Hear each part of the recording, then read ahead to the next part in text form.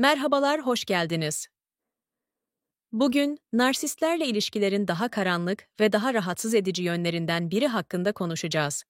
Konumuz, narsistlerin tuhaf cinsel davranışları. Eğer daha önce bir narsistle bir ilişkiniz olduysa veya şu an bir narsistle birlikte olduğunuzdan şüpheleniyorsanız, bu anlatacaklarımız size tanıdık gelebilir.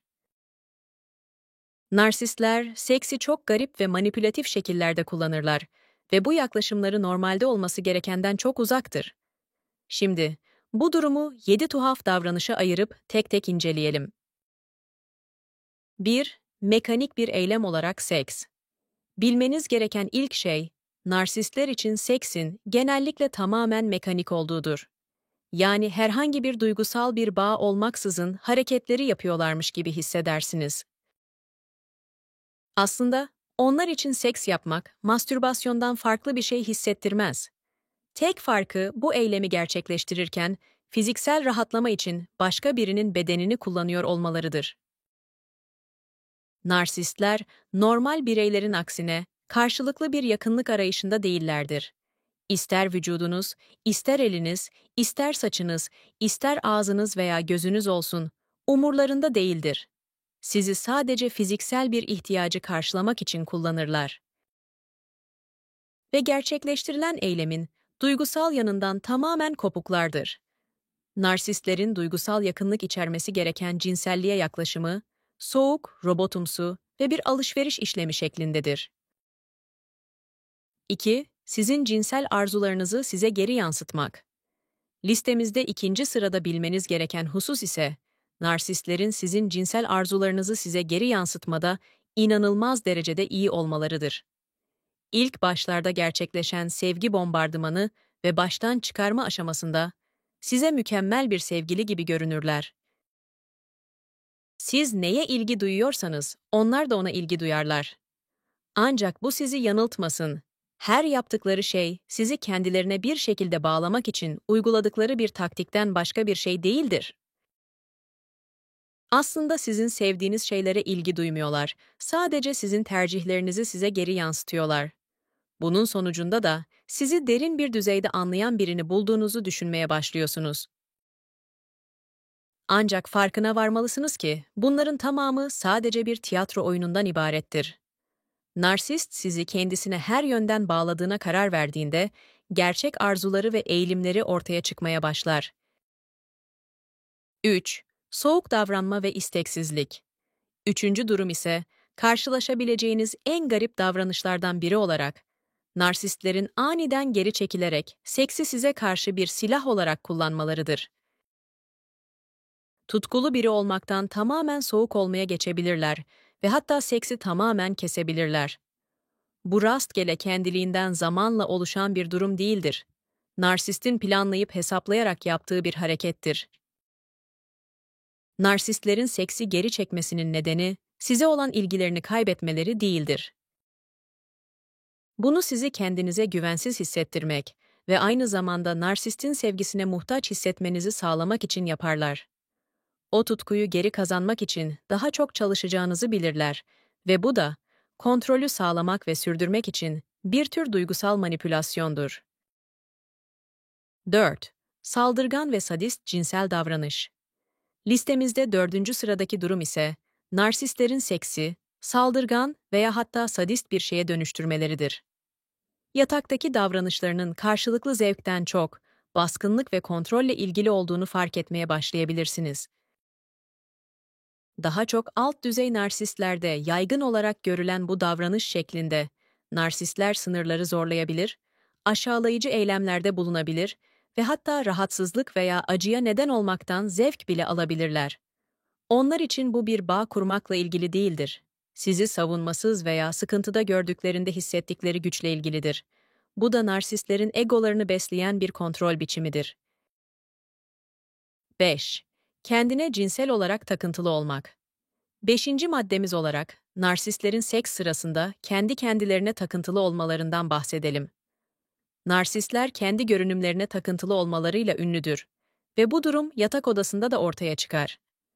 Genellikle partnerlerine odaklanmaktan çok, kendilerine hayran olmaya daha fazla zaman ayırırlar. İster aynada kendi vücutlarına hayran olma amacıyla, doğru pozisyonda olup olmadıklarından emin olmak için olsun, isterse ne kadar iyi göründükleri konusunda sürekli onaya ihtiyaç duymak olsun, her şey sadece onlarla ilgilidir. Genellikle kendinizi narsistin kişisel gösterisinde sadece bir aksesuar gibi hissedersiniz. 6. Üçgen oluşturma amacıyla seksi kullanmak. 6. maddemiz, narsistlerin en çok kullandığı manipülasyon tekniklerinden biri olan ve ileriki bir videomuzda ayrıntılı örneklerle işleyeceğimiz üçgen oluşturma konusudur.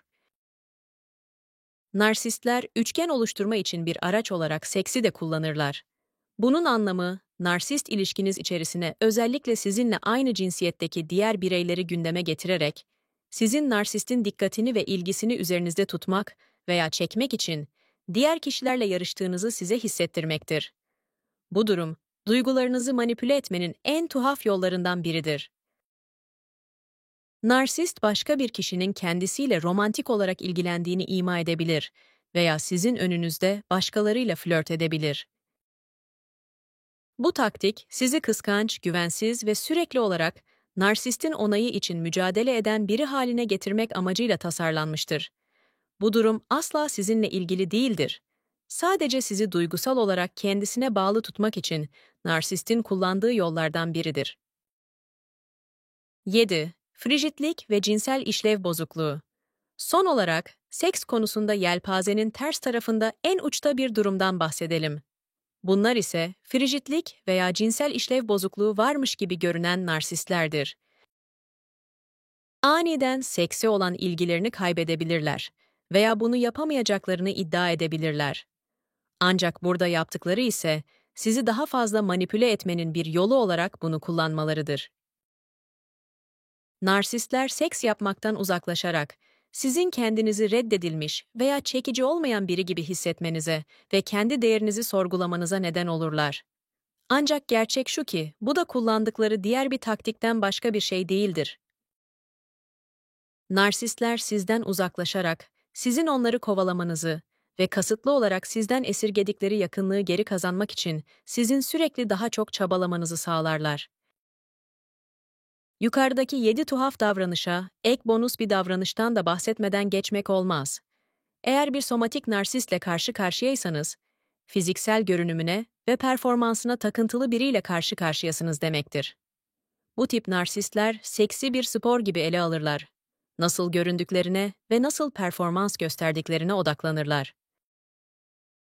Bu tür narsistler, ister cinsel jimnastik olsun isterse de, vücutlarının fotoğraflarını göndermek şeklinde olsun, fiziksel yetenekleriyle sizi bombalayacaklardır. Onlar için, gerçek bir duygusal bağdan ziyade kendilerinin ne kadar etkileyici göründükleri daha önemlidir ve bedenleri de silahlarıdır. Böylece narsistlerin sergilediği en tuhaf 8 cinsel davranışı açıklamış olduk. Gördüğünüz gibi bunlar seksi, kontrol aracı olarak kullanmaktan, onu bencil bir performansa dönüştürmeye kadar, narsistlerin yakınlığa çoğumuzdan tamamen farklı bir şekilde yaklaştığını açıkça gösteriyor.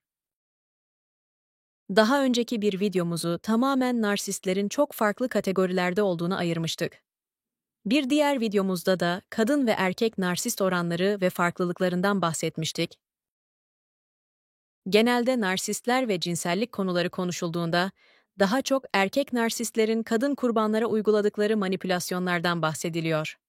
Bu videoda fark etmişsinizdir kadın veya erkek narsist ayrımı yapmaksızın tuhaf cinsel davranışları listeledik. Bu davranışlara hem kadın hem de erkek kurbanlar maruz kalabilir. Narsistin türüne göre bu davranışların tümüyle karşılaşılabileceği gibi sadece birkaçı ile de karşılaşmış olabilirsiniz. Sonuç olarak, bir narsist için seks asla aşk veya duygusal yakınlıkla ilgili değildir. Güç, manipülasyon ve kontrolle ilgilidir.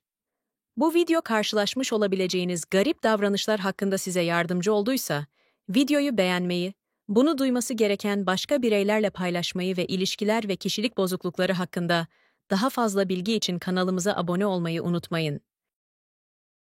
İzlediğiniz için teşekkür ederiz. Bir sonraki videoda buluşmak üzere, kendinize iyi bakın. Hoşça kalın.